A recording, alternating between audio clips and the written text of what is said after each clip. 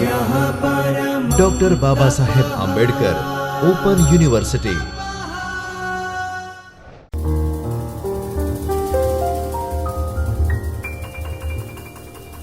મિત્રો સૌને નમસ્કાર। હું doctor Vipin Makwana, doctor Baba Saheb Ambedkar open યુનિવર્સિટીના ચૈતન્ય સ્ટુડિયોમાં આપ સૌનું હાર્દિક સ્વાગત કરું છું। મિત્રો, વિડિયો લેક્ચરના માધ્યમથી આજે આપ સૌને મળતા હું આનંદ અને ગૌરવની લાગણી અનુભવું છું।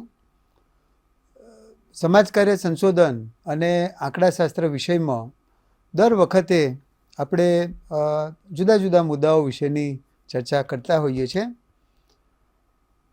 એ ચર્ચા દરમિયાન સમાજ કાર્ય સંશોધન સંબંધી વિવિધ મુદ્દાઓ વિશેની માહિતી અને જાણકારી એ આપણને દરરોજ એ મળતી રહે છે। આજે એક બહુ જ મહત્ત્વના વિષયના સંદર્ભમાં વાત કરવાની છે। સમાજ કાર્ય સંશોધનમાં એક સૌથી મહત્ત્વની બાબત એ જ્યારે આપણે સંશોધનની કાર્યપ્રક્રિયા હાથ ધરીએ છીએ એ વખતે સંશોધન સમસ્યાની પસંદગીનું મહત્ત્વ, ઉપયોગિતા અને સંશોધન કાર્યની હકારાત્મક અસરો, આ ટાઇટલ આજે જે મુદ્દાના સંદર્ભમાં આપણે વાત કરવાના છે એ ખૂબ મહત્ત્વની અને પાયાની બાબત છે। કારણ કે આખા સંશોધનનું હાર્દ જે છે એ આજે જે વિષય ઉપર આપણે વાત કરવાના છીએ એના પર નિર્ભર છે। એટલે મિત્રો, સૌથી પહેલાં એક સમાજ કાર્યના વિદ્યાર્થી તરીકે આ મુદ્દાનો અભ્યાસ આપણે શા માટે કરવો જોઈએ, લર્નિંગ માટેના મુખ્ય કયા ઓબ્જેક્ટિવ છે એના વિશે સૌથી પહેલાં આપણે વાત કરીએ અને એના પછી આજનું જે વાત કરવા માટેનું અથવા લેક્ચરનું જે ટાઇટલ છે એના સંદર્ભમાં એ પ્રત્યેક મુદ્દાને લઈ એના પર આપણે વિગતવાર માહિતી અને જાણકારી મેળવવાનો પ્રયત્ન કરીશું। તો સૌથી પહેલો શીખવા માટેનો જે મુદ્દો છે એ સંશોધન સમસ્યા એટલે શું તેના વિશેની જાણકારી મળશે। સંશોધનના ઘણા બધા મુદ્દાઓ હોય છે। એના પૈકી આપણે મિત્રો અગાઉ પણ ચર્ચા કરેલી છે એ પ્રમાણે સંશોધનના વિવિધ વિષયોમાં સૌથી મહત્ત્વનો, જેને આપણે સંશોધન સમસ્યા તરીકે ઓળખીએ છીએ, એની બહુ બેઝિક વાતો એ આજે આપણે કરવાના છે। એટલે આજના લેક્ચરના અંતે આ 5 મહત્ત્વની જે બાબતો, એમાં સૌથી પહેલી બાબત એ સંશોધન સમસ્યા શું છે એના વિશેની તમને જાણકારી મળશે। બીજો મુદ્દો, સમાજ કાર્ય સંશોધનમાં સંશોધન સમસ્યાની પસંદગીનું શું મહત્ત્વ છે તેના વિશેનો ખ્યાલ આવશે। એટલે મેં તમને અગાઉ પણ વાત કરી છે એ પ્રમાણે ત્રીજા સેમિસ્ટરમાં આપણે સોશિયલ વર્કમાં આ સમાજ કાર્ય સંશોધનની થિયરી શું છે એના વિશેની જાણકારી મેળવીએ છીએ અને ચોથા સેમિસ્ટરમાં જે હું તમને જે ભણાવું છું એ થિયરીને એપ્લાય કરવાની છે અને દરેક વિદ્યાર્થીએ એક લઘુશોધ નિબંધ, જેને આપણે ડેઝર્ટેશન તરીકે ઓળખીએ છીએ, એ તૈયાર કરવાનો હોય છે। એટલે એના માટે સૌથી મહત્ત્વની બાબત એ સમસ્યા પસંદગીની હતી। એટલે આ પસંદગીનું શું મહત્ત્વ છે એના વિશેનો વિગતે ખ્યાલ એ આજના લેક્ચરના અંતે આપણને જાણવા મળશે। ત્રીજો મહત્ત્વનો મુદ્દો, સંશોધન સમસ્યાની ઉપયોગિતા વિશે ખ્યાલ આવશે। જે વિષયના સંદર્ભમાં આપણે કામગીરી કરી રહ્યા છે એનાથી શું ફાયદો થશે। બહુ સીધી રીતે વાત કરું તો મૂળ સંશોધન સમસ્યા નો જે અભ્યાસ કરવા પાછળના જે મૂળ ઓબ્જેક્ટિવ છે એના આધારથી કયા પ્રકારની જાણકારી અથવા એનાથી સમાજને શી ઉપયોગિતા થશે એની એક વાત એ આજે આપણે કરવાના છે। એટલે સંશોધન સમસ્યા પર આપણે જે કામ હાથ ધરીએ છીએ એના વિશે એ આપણને વિગતે ખ્યાલ આવશે। સમાજ કાર્ય સંશોધનને વૈજ્ઞાનિક રીતે સમજી શકાશે। જો આ ચીલાચાલુ સંશોધનની કાર્યપ્રક્રિયા એ આપણે ખૂબ વૈજ્ઞાનિક ઢબે, એટલે સંશોધન માટે જે મુદ્દાની પસંદગી કરીએ છીએ એ પ્રત્યેક મુદ્દાના સંદર્ભમાં એ આપણે બહુ સાયન્ટિફિક રીતે આગળ વધીએ છીએ. સંશોધન કોને કહેવાય એનાથી લઈ અને છેલ્લે છેક જે સામાન્યકરણ સુધીની આખી જે વાત છે, ચર્ચા છે, એમાં પ્રત્યેક તબક્કે એ આપણે વૈજ્ઞાનિક પદ્ધતિનો ઉપયોગ કરી અને કામ કરીએ છીએ. એટલે સમાજ કાર્ય સંશોધનને બહુ સાયન્ટિફિક રીતે એના ટાઇટલથી લઈ અને છેક છેલ્લે સુધીની આખી જે પ્રક્રિયા છે એને આપણે ખૂબ સારી રીતે સમજી શકીશું. છેલ્લો ઓબ્જેક્ટિવ એ સમાજ કાર્ય સંશોધનની હકારાત્મક અસરો વિશેનો ખ્યાલ આવશે કે આપણે જે મુદ્દા ઉપર કામગીરી કરી રહ્યા છે એના આધારથી જે તે મુદ્દાના સંદર્ભમાં સમાજ કાર્ય સંશોધનના અંતે કઈ હકારાત્મક અસરો ઊભી થશે, સમાજમાં પ્રવર્તમાન જે કંઈ માન્યતાઓ છે એમાં બદલાવના સંદર્ભમાં કઈ કઈ બાબતો એ પોઝિટિવ અસરો કરશે, એની એક ચર્ચા એ આજના લેક્ચરના અંતે એ આ ચર્ચાના અંતે ખાસ કરીને આ બધા મુદ્દાઓ, આ 5 મુદ્દાઓ એ આપણી લર્નિંગ માટે એ આજના દિવસે મહત્ત્વના છે. હું દરેક લેક્ચર વખતે કહેતો હોઉં છું કે આજના લેક્ચરના અંતે આ 5 સવાલોના જવાબ અથવા એ મુદ્દાના સંદર્ભમાં એક સ્પષ્ટતા અથવા સ્પષ્ટીકરણ થવું જોઈએ. એટલે મિત્રો આટલા ઓબ્જેક્ટિવ સાથે એ આજની ચર્ચાને આપણે આગળ ધપાવીએ છીએ. તો સૌથી પહેલો જે મુદ્દો એ સંશોધન સમસ્યાની પસંદગીનું મહત્ત્વ. એ સામાન્ય રીતે મિત્રો સમસ્યા એ હંમેશા જરૂરિયાતમાંથી ઉદ્ભવે છે. એટલે ગુજરાતીમાં એક સરસ કહેવત છે કે જરૂરિયાત એ અન્વેષણની જનની છે. એટલે સામાન્ય રીતે આપણે અલગ અલગ પ્રકારની શોધો કરવા માટે કેમ પ્રેરાઈએ છીએ, તો સામાન્ય રીતે એ એક એવી જરૂરિયાતો ઊભી થાય તો વધતી જતી જરૂરિયાતોને પહોંચી વળવા માટે એ આ અન્વેષણ એ કરવું પડે. એટલે સામાન્ય રીતે ડૉક્ટર R.S. પટેલે તો સરસ એક વાત કરેલી છે આ સંશોધન સમસ્યાની પસંદગીના સંદર્ભમાં. એમણે ખૂબ સરસ જે વાત કરી છે એ કે અઘરા અને અટપટા સવાલો પેદા કરે છે અને તેમાંથી સમસ્યા મળતી હોય છે. એટલે સામાન્ય રીતે આ સમસ્યાની પસંદગી માટે એટલે આપણે ઘણી વખત કહેતા હોઉં છું, મેં આ વિષય ના સમજણની જ્યારથી શરૂઆત કરી છે ત્યારથી હું વારંવાર એક શબ્દનો ઉચ્ચાર કરું છું કે સંશોધન માટે અંગ્રેજીમાં આપણે રિસર્ચ કહીએ છીએ. રી એટલે ફરીથી અને સર્ચ એટલે શોધવું. એટલે મિત્રો સંશોધન એ ફરી ફરીને શોધવા માટેની પ્રક્રિયા છે. એટલે એ સંદર્ભમાં સામાન્ય રીતે કેમ, ક્યારે, શું, કઈ રીતે આ જે આપણા કેટલાક જે વાક્યો છે ચર્ચામાં કે ભાઈ આમ કેમ થયું હશે, આવું શા માટે થાય છે, તો આ દરેક પ્રશ્નના અંતે જે ક્વેશ્ચન માર્ક્સ આવે છે એ આપણા માટે એટલે સંશોધનમાં ખાસ કરીને આવું કેમ થયું, તો એ સવાલોના જવાબો મેળવવા માટે એ સંશોધનમાં પ્રયત્ન કરવામાં આવે છે. એટલે આ અઘરા અને અટપટા સવાલો એ સમસ્યા પેદા કરે છે અને તેમાંથી જ મિત્રો કયા મુદ્દા પર આપણે કામ કરવું એ મુદ્દાના સંદર્ભમાં કેટલીક સ્પષ્ટતા મળે છે. સંશોધન માટે સમસ્યાની પસંદગી કરવી એ ખૂબ અઘરી બાબત છે. દાખલા તરીકે સમાજ કાર્યમાં જ્યાં વ્યક્તિ છે ત્યાં સમસ્યા છે અને સમસ્યા છે ત્યાં સામાજિક કાર્યકર છે. એટલે સામાન્ય રીતે એના બહુ જ બધા ક્ષેત્રો, જ્યાં વ્યક્તિ છે ત્યાં સમસ્યા છે, એનો મતલબ કે આર્થિક, સામાજિક, શૈક્ષણિક, રાજકીય, અનુસૂચિત જાતિ, અનુસૂચિત જનજાતિ, સમાજના છેવાડા અને વંચિત સમુદાયોના પ્રશ્નો, સમાજ કાર્યના ક્ષેત્રોના આધારથી વાત કરીએ તો બાળકો, મહિલાઓ, યુવાનો, વૃદ્ધો, પછી આરોગ્ય, પર્યાવરણ, એમાં પણ ઘણા બધા મુદ્દાઓ છે. તો સામાન્ય રીતે એ આ પ્રત્યેક મુદ્દા દરેક આ સમાજ કાર્યના વિવિધ ક્ષેત્રોના સંદર્ભમાં એ 2 વર્ષ દરમિયાન એ આપણે અભ્યાસ કરીએ છીએ. 3જા સેમિસ્ટર સુધી પણ તમે કેટલાક મુદ્દાઓનો અભ્યાસ કર્યો હશે, કેટલાક મુદ્દાઓનો અભ્યાસ હવે પછી તમે કરશો. તો સામાન્ય રીતે જે છે આ બહુ જ બધા મુદ્દાઓ પૈકી એ સંશોધન સમસ્યા માટે એ કયા મુદ્દાની પસંદગી કરવી. દાખલા તરીકે તમે બાળકોની વાત કરો તો બાળકોના વિવિધ પ્રકારના પ્રશ્નો, જાતીય સતામણીની વાત હોય, બાળ અધિકારની વાત હોય, બાળ મજૂરીની વાત હોય, તો સામાન્ય રીતે આ પ્રત્યેક મુદ્દા એ સંશોધનમાં એ સમસ્યા માટેના સ્ત્રોત બને છે.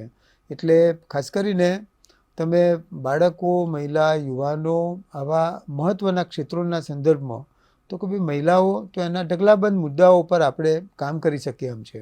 તો સામાન્ય રીતે એક સંશોધક એ જ્યારે સંશોધન માટે કયા મુદ્દાની પસંદગી કરવી એ આખી પરિસ્થિતિ ખૂબ અઘરી હોય છે. ખાસું વિચાર અથવા મનોમંથન માગી લે એવી એ પ્રક્રિયા છે. એટલે સામાન્ય રીતે જ્યારે આમ ભણાવતી વખતે આ મુદ્દો સરળ લાગે કે ભાઈ આમાં એક વિષય ઉપર એક મુદ્દાને પસંદ કરી અને એના પર કામ કરવાનું છે. પણ હું જેટલી સહજતાથી, સરળતાથી તમારી સમક્ષ આ મુદ્દો મૂકું છું, એટલી સરળતાથી એ આ જ થિયરીને જ્યારે ચોથા સેમિસ્ટરમાં વિદ્યાર્થી ગાઈડન્સ માટે આવે એ વખતે શરૂઆતમાં એમની સાથે ચર્ચા કરીએ કે ભાઈ કયા મુદ્દા ઉપર કામ કરવું છે. તો એમાં એ વારંવાર એકના એક મુદ્દા ઉપર ચર્ચા કરીએ. કોઈક એમ કે ભાઈ મારે બાળકોના મુદ્દે કામ કરવું છે, મહિલાઓના મુદ્દે કામ કરવું છે, તો એના પર વિગતે ચર્ચા કરવામાં આવે કે મહિલાઓના મુદ્દા પર એક્ઝેક્ટ કયા મુદ્દાઓ. તો સામાન્ય રીતે જે છે આ મૂળ એક ક્ષેત્રને પસંદ કરી લેવાથી કામ પૂરું નથી થતું, પણ સામાન્ય રીતે જે છે એમાં સૌથી અગત્યની અથવા મહત્ત્વની જે બાબત છે એ બહુ જ બધા, એટલે આમાં અઘરી કે અટપટી કઈ બાબતો છે કે કયા એવા સવાલો છે કે જેના જવાબો સરળતાથી નથી મળતા. એટલે આ બહુ જ બધા મુદ્દાઓ પૈકી એ કોઈક એક વિષય પર એ પસંદગી કરવી એ ખાસું મહેનત માગી લેવું કામ છે. એટલે આ સંદર્ભે એક સંશોધક તરીકે આપણે એ કાળજી રાખવી જોઈએ. મહત્ત્વના મુદ્દા કયા વિષય ઉપર સંશોધન કાર્ય થયેલ છે, એની સાથે એવા કયા વિષયો છે કે જેના પર બિલકુલ સંશોધન કાર્ય નથી થયું. તો આ ખૂબ મહત્ત્વનું છે. એવા એટલે આની ચર્ચા પાછળનો મૂળ હેતુ કે જે થયું છે એનાથી ઉપર સંશોધન કાર્ય થઈ શકે, કરી શકાય એવા કેટલાય મુદ્દાઓ છે કે જેના પર એક જ સર્વેક્ષણ કે એક વખત સંશોધન થયા પછી એના પર ઘણા બધા રીસ્ટડી, પુનઃ અભ્યાસો થાય. તો સામાન્ય રીતે કોઈ પણ મુદ્દા ઉપર સંશોધન કાર્ય અથવા એને વિષય પસંદગી તરીકે એ મુદ્દાની જ્યારે આપણે પસંદગી કરીએ છીએ એ વખતે કયા વિષય ઉપર સંશોધન કાર્ય થયેલું છે, જેને આપણે આ સંશોધનની પરિભાષામાં સાહિત્ય સમીક્ષા તરીકે ઓળખીએ છીએ, જેની ચર્ચા એ હવે પછીના લેક્ચરમાં આપણે વિગતે કરવાના છે. એટલે એવા કયા મહત્ત્વના મુદ્દા છે કે જેના પર સંશોધન કાર્ય થયેલું છે, શું કામ થયેલું છે, એવા કયા વિષયો છે કે જેના પર બિલકુલ સંશોધન કાર્ય નથી થયું. દાખલા તરીકે સમાજના એવા વંચિત અને છેવાડાના સમુદાયો કે જેના પર વિચરતી વિમુખ જાતિની વાત કરીએ, અંગ્રેજીમાં જેને આપણે નોટિફાઈડ અને ડીનોટિફાઈડ કમ્યુનિટી કહીએ છીએ, એમાં બહુ સામાન્ય ભાષામાં વાત કરું તો તમને કે એવી ગુજરાતની ઘણી બધી જાતિઓ છે કે જે રખડતું અને ભટકતું જીવન જીવે છે, રોજગારી અથવા નાના મોટા ધંધા અર્થે. તો સામાન્ય રીતે ગુજરાતમાં આ પ્રકારની જાતિઓના સંદર્ભમાં, વિચરતી અને વિમુખ જાતિઓના સંદર્ભમાં ખૂબ ઓછું સંશોધન કાર્ય થયેલું છે. છેલ્લા દશકામાં કેટલાક સંશોધકોએ સારો એવો પ્રયત્ન કર્યો છે. આમ છતાં એ ડફેર કમ્યુનિટીની વાત હોય કે વાદી, વણઝારાથી માંડીને એવી ઘણી વિચરતી જે કંઈ જાતિઓ છે એ જાતિઓના સંદર્ભમાં એ જેટલું સંશોધન કાર્ય થવું જોઈએ એના પ્રમાણમાં ખૂબ ઓછું કામ થયું છે. હવે કેટલાક કર્મશીલોએ અને તમારા જેવા સંશોધક મિત્રોએ 2 વર્ષ પહેલાં આપણી આંબેડકર યુનિવર્સિટીની જ એક વિદ્યાર્થીને ખૂબ સરસ એ આના પર કામ કરેલું. તો સામાન્ય રીતે સંશોધન માટે એ જ્યારે આપણે વિષયની પસંદગી કરીએ છીએ એ વખતે આ મુદ્દો ખાસો મહત્ત્વનો છે કે શું કામ થયું છે, કયા વિષયો એવા છે કે જે વણખેડાયેલા છે, એના પર કોઈ જ કામ નથી થયું. તો સામાન્ય રીતે એવા મુદ્દાની પસંદગી કરી અને જેના પર ઓછું કામ થયું છે એવા વિષયોને આપણે અગ્રતા આપીએ, પ્રાયોરિટી આપીએ, તો એના આધારથી જે છે સમાજમાં એવી ઘણી ખરી બાબતો જે છે કે જે પહેલી વખતે આપણે સંશોધનના માધ્યમથી બહાર લાવી શકીએ. વિચરતી અને વિમુખ જાતિ શું છે, એના મુખ્ય કયા પ્રશ્નો છે, કયા સંઘર્ષની વચ્ચે આ સમુદાય જીવી રહ્યો છે, અહીંથી ત્યાં અને ત્યાંથી ત્યાં, એટલે સતત રખડતું અને ભટકતું જીવન જીવતો હોય, એટલે એના રેશન કાર્ડના પ્રશ્નો હોય, આધાર કાર્ડના પ્રશ્નો હોય, સ્થાયી એવી કોઈ ઓળખ ના હોય, તો સામાન્ય રીતે એ સરકારી લાભોથી માંડીને પછી બીજી બધી જે કંઈ એ કમ્યુનિટીના વિકાસના સંદર્ભની વાતો એની સાથે થઈ જ ન શકે. એટલે સામાન્ય રીતે આવા નવા જે કંઈ મુદ્દાઓ છે એના સંદર્ભમાં એ જો કામ થાય તો એના આધારથી સમાજ છે અને સરકાર સમક્ષ પણ આ બધા મુદ્દાઓને ના સંદર્ભમાં આપણે ધ્યાન દોરી અને એવા કેટલાક ક્રિયાત્મક સંશોધનો, કેટલાક સંશોધકો એ દાખલા તરીકે ડફેર કમ્યુનિટી અથવા વિચરતી કે વિમુખ જાતિની કોઈ કમ્યુનિટીની વાત હોય તો એના ઉત્થાન માટે શું શું કરી શકાય, એટલે સંશોધનના અંતે આખો એક એક્શન પ્લાન પણ આપતા હોય છે. એટલે સામાન્ય રીતે આ વિષયના સંદર્ભની વિચારણા એ ખૂબ મહત્ત્વની બાબત છે. છેલ્લો મુદ્દો એ સંશોધન સમસ્યાની પસંદગીના સંદર્ભમાં સંશોધન માટેના વિષયની સમાજમાં શું ઉપયોગિતા છે. દાખલા તરીકે હું જે સંશોધક તરીકે જે કામ કરી રહ્યો છું એના આધારથી એ મારું સંશોધન કાર્ય સમાજમાં કઈ રીતે ઉપયોગી બની શકશે. એટલે આ સંદર્ભની વિચારણા જો આપણે કરીએ તો એક સંશોધક તરીકે આપણે યોગ્ય દિશામાં અથવા યોગ્ય કામ કર્યું એવું કહી શકીએ. આના પછી આની સાથે જે સંકળેલી એક મહત્ત્વની બાબત એ સંશોધન સમસ્યાની ઉપયોગિતા. એટલે સંશોધન કાર્ય જે આપણે કરીએ છીએ એમાં મુખ્યત્વે એ સમસ્યા કેન્દ્ર સ્થાને હોય છે. એટલે આપણે અલગ અલગ ક્ષેત્રોની અથવા વ્યક્તિઓ ના સંદર્ભમાં જો વાત કરતા હોય તો સામાન્ય રીતે સંશોધન કાર્યમાં એક સમસ્યાને ધ્યાનમાં લઈ અને આપણે કામ કરતા હોય છે. એટલે બહુ જ બધા એવા મુદ્દાઓ હોય, એના પૈકી તમે કયા મુદ્દા ઉપર કામ કરવા માગો છો એના સંદર્ભની વિચારણા એ સૌથી પહેલાં થવી જોઈએ. અભ્યાસના વિવિધ મુદ્દાઓ પૈકી વાસ્તવિક સમસ્યા શું છે તેની ઓળખ એ સંશોધકે કરવી જોઈએ. દાખલા તરીકે મિત્રો એવા ઘણા બધા મુદ્દાઓ છે કે જેના આધારથી એ આપણને, એટલે એ બધા મુદ્દાઓ પર ચર્ચા વિચારણાના અંતે આપણે જે મુદ્દા પર કામ કરીએ છીએ એમાં ખરેખર સમસ્યા શું છે. દાખલા તરીકે આપણે જેને સમસ્યા માનતા હોય એ સેવાર્થીની દ્રષ્ટિએ સમસ્યા ન પણ હોય. દાખલા તરીકે એક સીધી વાત તમને કરું કે માલધારી એ પોતાના બાળકોને માલ ઢોર ચરાવવા માટે એ ઘરે કોઈ ન હોય અથવા એવી કંઈક એને મુશ્કેલી પડે તો એવા સમયે માલધારીએ પોતાના બાળકને સ્કૂલે મોકલવાના બદલે એ ઢોર ચરાવવા માટે લઈ જાય છે. હવે સામાન્ય રીતે આ માલધારી એ પોતાના વ્યવસાયમાં બાળકને ઇન્વોલ્વ કરે છે, એટલે એ બાળક જે છે એ સ્કૂલે એ નથી જતું અથવા ડ્રોપ આઉટ થાય છે.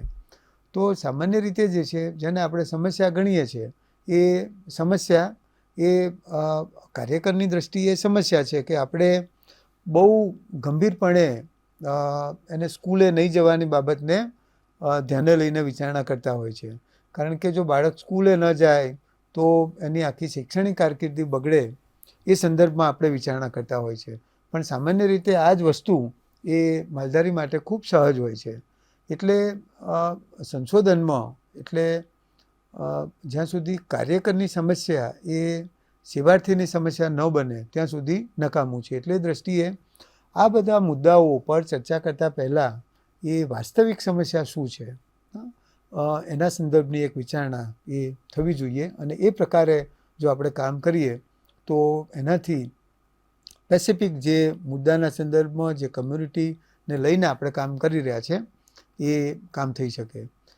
ત્રીજો મહત્ત્વનો મુદ્દો સમસ્યાની ઓળખ તેની ઉપયોગિતાના આધારે થવી જોઈએ. દાખલા તરીકે મેં તમને હમણાં જ વાત કરી, આપણે કયા એવા મુદ્દાઓ છે કે જેના પર કામ થયું છે, બિલકુલ નથી થયું, ઓછું થયું છે. તો સામાન્ય રીતે સમસ્યાની ઓળખ એ એટલે એને વેટેજ એ એની ઉપયોગિતાના આધારે મળે છે. એટલે સામાન્ય રીતે બહુ જ જેના પર બિલકુલ કામ ન થયું હોય તો એવા મુદ્દા પર જ્યારે કોઈ સંશોધક કામ કરે છે તો એ વખતે ઘણી વખત કેટલાક લોકો ચર્ચા પણ કરતા હોય, એના મૂલ્યાંકન સંદર્ભે વખતે પણ વાત થતી હોય કે સામાન્ય રીતે આ મુદ્દા પર ખૂબ ઓછું કામ થયું છે, પહેલી વખત કામ થયું છે. એટલે એ રીતે આવી બધી ચર્ચા અને વાત થતી હોય છે. એટલે સમાજના સમતોલ વિકાસ માટે દરેક સમસ્યાના સંદર્ભમાં વધતા ઓછા પ્રમાણમાં એ કામ થવું જોઈએ. એટલે ત્રીજો મહત્ત્વનો મુદ્દો એની ઉપયોગિતાના સંદર્ભમાં હતો. ચોથો મહત્ત્વનો મુદ્દો એ સમાજકાર્ય સંશોધનમાં સમાજ જીવનના પ્રશ્નોને વાચા આપવામાં આવે છે. એટલે સામાન્ય રીતે જે છે એ સમાજ કાર્ય એ જ્ઞાન અને કુશળતાના સમન્વયરૂપ એક વૈજ્ઞાનિક સેવા છે. એટલે આ જ્યારે આપણે સમાજ જીવનના વિવિધ પ્રશ્નોના સંદર્ભમાં કેટલીક સમસ્યા, દાખલા તરીકે બાળમજૂરીની વાત હોય, બાળ લગ્નોની વાત હોય, સ્ત્રીભ્રૂણ હત્યાની વાત હોય, મહિલાઓ પરના અત્યાચારોની વાત હોય, તો આ બધા મુદ્દાઓના સંદર્ભમાં આ બધી જ બાબતો એ સમાજ જીવનને સ્પર્શતી બાબતો છે. તો સામાન્ય રીતે આ બધા મુદ્દાઓ પૈકી એની એટલે આવી એક સમસ્યાને લઈ અને સંશોધક એના પર વિસ્તૃત રીતે કામ કરે છે. એટલે સામાન્ય રીતે મિત્રો આ આપણા આંબેડકર યુનિવર્સિટીના દાખલા તરીકે સમાજ કાર્યમાં 100 વિદ્યાર્થી હોય તો 100 વિદ્યાર્થીએ સમાજ જીવનના જુદા જુદા મુદ્દાઓ પર એક સંશોધન કાર્ય હાથ ધરે તો 100 નવા મુદ્દા પર કામ થઈ શકે. એટલે આ સમજણ એ ખૂબ અગત્યની બાબત છે, કારણ કે કોઈ પણ સમસ્યાના નિવારણના સંદર્ભમાં કામ કરવું હોય તો એની પહેલાં આ બધા પ્રશ્નોને એના મૂળથી એ આપણે સમજવા પડે. અને એવા ઘણા બધા પ્રશ્નો એ જેના ઉપર સંશોધન કાર્ય હાથ ધરાય, એટલે દાખલા તરીકે જમીનના સંદર્ભની વાત હોય તો જમીન સંબંધી અભ્યાસના અંતે ઘણી બધી નીતિઓમાં બદલાવ આવે, કેટલાક કાયદાઓ બને, પોલિસીમાં ફેરફાર થાય. તો સામાન્ય રીતે જે છે એ આ સમાજ કાર્ય સંશોધનમાં એ આ રીતે એ અલગ અલગ સમાજ જીવનના વિવિધ પ્રશ્નોને વાચા આપવામાં આવે છે. આ પાયાના પ્રશ્નોની ઓળખ એ સંશોધકને હોવી જોઈએ. એટલે સામાન્ય રીતે આ બહુ જ બધા મુદ્દાઓ પૈકી કયા મુદ્દા પર કામ કરવું, શા માટે કામ કરવું, આ મુદ્દો એ સમસ્યાની પસંદગી વખતે ખૂબ અગત્યનો છે. દાખલા તરીકે એવા ઘણા બધા મુદ્દાઓ છે કે જેના પર એક સંશોધક તરીકે આપણે કામ કરવું જોઈએ. છેલ્લો મહત્ત્વનો મુદ્દો એ ઉપયોગિતાના સંદર્ભમાં આપણે જ્યારે ચર્ચા કરીએ છીએ તો સમાજ કાર્ય સંશોધનમાં સમાજના પાયાના પ્રશ્નો ઉપર પ્રતિબિંબ પડવું જોઈએ. દાખલા તરીકે સમાજમાં ગુનાખોરીનું પ્રમાણ કેમ વધી રહ્યું છે, સંયુક્ત કુટુંબો આજકાલ કેમ તૂટતા જાય છે, તો બાળ મજૂરીનું પ્રમાણ કેમ વધી રહ્યું છે, ઉદ્યોગો માટે બળજબરીપૂર્વક ખેડૂતો પાસેથી કેમ જમીનો લઈ લેવામાં આવે છે. તો મિત્રો આ બધા મુદ્દાઓ એ સામાજિક વિકાસ માટે અવરોધક મુદ્દાઓ છે. તો સામાન્ય રીતે જે છે તમે જે કંઈ કામ કરો છો, જે વિષય ઉપર, એટલે જેના માટે તમે એક સંશોધન કરતા તરીકે જે વિષય ઉપર કામ કરવા માગો છો, તો એમાં કોઈક એવો વિષય કે જે તમારા રસનો હોય, સમાજની દૃષ્ટિએ ઉપયોગી હોય, તો સામાન્ય રીતે આ ગુનાખોરીની વાત હોય, કુટુંબના સ્વરૂપની વાત હોય, જુદી જુદી સામાજિક સમસ્યાઓની વાત હોય, તો એ બધામાં આ સમાજના પ્રશ્નોને હમણાં જે આપણે ઉપર જ વાત કરીએ પ્રમાણે એને વાચા મળવી જોઈએ, એનું પ્રતિબિંબ પડવું જોઈએ, તો જે છે એક સંશોધક તરીકે જે છે એ અ, અ, સમાજ માટે ઉપયોગી કંઈક કામ કર્યું, હા, અને એના આધારથી એવા ઘણા બધા એવા સંશોધનો, જેને મેં હમણાં જ તમને વાત કરતો હતો કે એવા ઘણા બધા એક્શન રિસર્ચ, ક્રિયાત્મક સંશોધનો થયેલા છે કે જેના આધારથી આખા કાયદા, નીતિ કે કેટલાક નવા પ્રોગ્રામો અસ્તિત્વમાં આવ્યા હોય. તો સામાન્ય રીતે જે છે એક સંશોધક તરીકે એટલે એને આપણે એક વિષય તરીકે જ નથી ગણવાનું, પણ સમાજ માટે આવી ઉપયોગી ઘણી બધી બાબતો વિશેની વિચારણા એ આ સંશોધન કાર્યના અંતે બને છે. ત્રીજું મહત્ત્વનો જે પાર્ટ છે, સામાન્ય રીતે કોઈ પણ કામ કરતાં પહેલાં આપણે વિચારીએ કે ભાઈ આનાથી સમાજને શું ફાયદો થશે. એના માટે એક શબ્દ જે આપણે વાપરીએ છીએ એ આ સંશોધનના અંતે સંશોધનની હકારાત્મક અસરો શું છે, જેને આપણે પોઝિટિવ ઇમ્પેક્ટ તરીકે ઓળખીએ છીએ. તો આ મુદ્દો પણ જ્યારે સંશોધનની ઉપયોગિતાના સંદર્ભમાં વાત કરીએ છીએ એ વખતે આપણા માટે ખૂબ મહત્ત્વનો છે.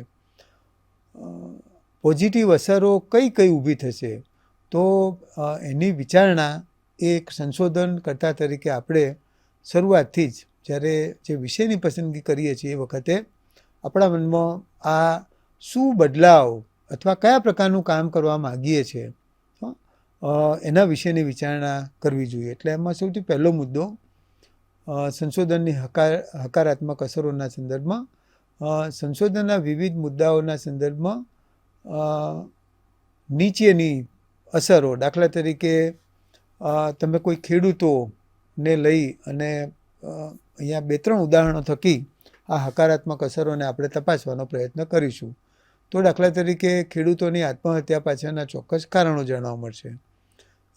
અત્યારે તમે જુઓ છાપાઓમાં, ટીવી પરના અહેવાલોમાં એવા ઘણા બધા ખેડૂતો એ કોઈક ને કોઈક કારણસર ક્યાંક પાક નિષ્ફળ જાય, ક્યાંક વચ્ચે કુદરતી આપત્તિ આવી જાય, ક્યાંક જે છે એ પૂરતો વરસાદ ન પડે, એના લીધે આખા પાક નિષ્ફળ જાય છે.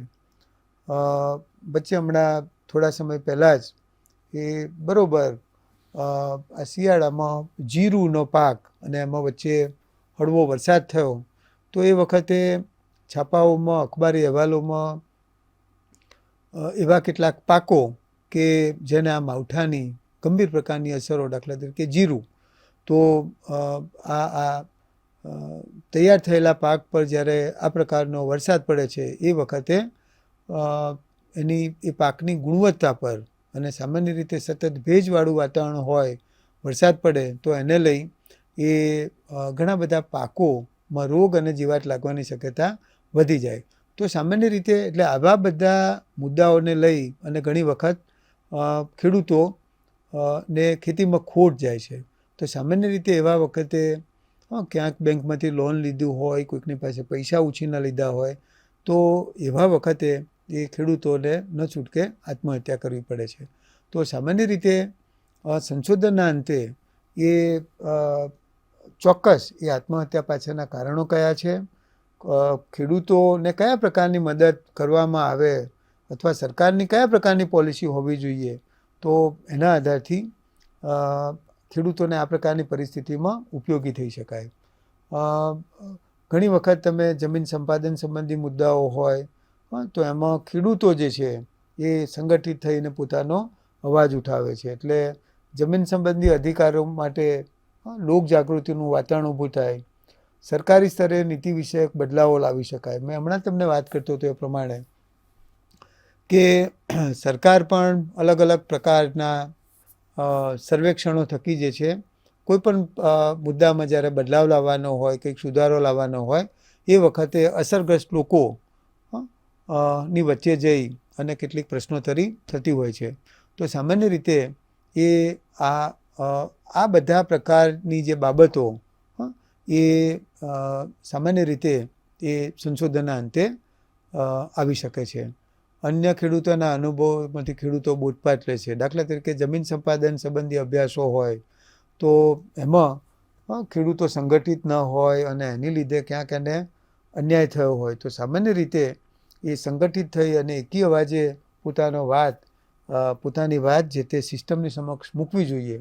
તો સામાન્ય રીતે આવા બોધપાઠ અથવા લર્નિંગ વિષયક બાબતો જે છે એ આ સંશોધનના અંતે એ ઘણા બધા જે એક્શન પ્લાન મુકાતા હોય છે અને એમાં આવી કેટલીક હકારાત્મક બાબતો ઊભી થતી હોય છે. એટલે સામાન્ય રીતે જે છે એ આપણે જે કંઈ કામ કરીએ છીએ એના આધારથી સમાજમાં ઘણા બધા ફેરફારો, બદલાવ અને પરિવર્તનો આવતા હોય છે. એટલે સામાન્ય રીતે આ સંશોધનની હકારાત્મક અસરો ને પણ આપણે આ રીતે તપાસી શકીએ છીએ. એટલે મિત્રો આ લેક્ચરની શરૂઆતમાં જ મેં તમને લર્નિંગ માટેના જે 5 મુદ્દાઓ વિશેની ચર્ચા કરી હતી. એ પ્રત્યેક મુદ્દાઓના સંદર્ભમાં એ સવાલોના જવાબો તમને મળી જાય. એટલે આમાં 3 મહત્ત્વના જે હેડ હતા એના આધારથી એ 5 બાબતોને મેં તમારી સમક્ષ મૂકવાનો પ્રયત્ન કરેલો છે. મને મિત્રો વિશ્વાસ છે કે 5 સવાલોના જવાબો એ તમને મળી ગયા છે. તો મિત્રો આ લેક્ચરના અંતે જે મૂળ ઓબ્જેક્ટિવ જે 5 મુદ્દાઓ વિશે મેં તમને વાત કરી હતી એ 5 સવાલોના જવાબો તમને મળી ગયા છે. એટલે આટલી ચર્ચા સાથે આજનું લેક્ચર પૂરું કરું છું. આપ સૌનો મિત્રો ખૂબ ખૂબ આભાર. स्वाध्यायः